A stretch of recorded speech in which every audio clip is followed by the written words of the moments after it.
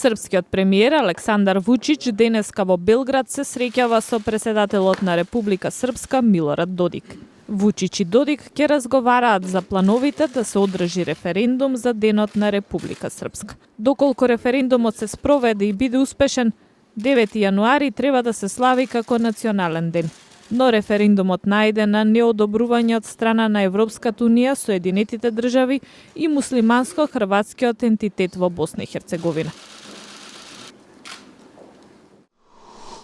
Я прийшов, все домовився. 5 років відпрацював, мав можливість заробити там. Активисти во Киев повика парламентот да разреши околу 700 суди назначени од соборениот проруски преседател Виктор Јануковиќ. Некои од активистите беа облечени како духови, велејќи дека судиите се како духови, оти по завршувањето на првичните договори за 5 години, сега имаат право да ги задржат своите работни места и платите се додека не починат. Се очекува парламентот на Украина за пакетот закони во судството да расправа на крајот на септември.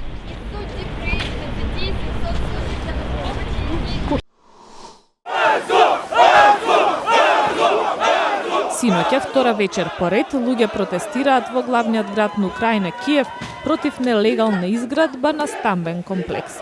Жители на областа, каде се гради зградата, ја урна металната ограда и влегоа на градилиштето.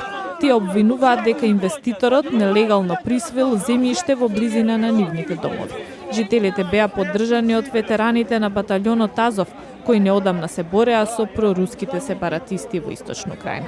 Локалното население вели дека платени чувари кои го бранеле градилиштето пукале со оружје и фрлале со камења кон луѓето пред тие да се повлечат. Жителите велат дека ќе протестираат се додека проектот за изградба не да.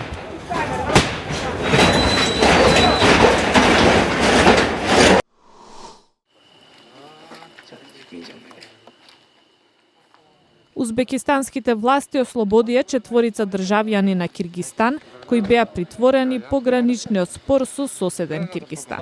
По повеќе од двонеделни преговори, уапсените мажи тоцна синоќа беа ослободени. Тие беа уапсени на 22 август, оти се наоѓале на спорна територија по должина на границата меѓу двете земји и на место каде се наоѓа радиопредавател на киргистанската влада.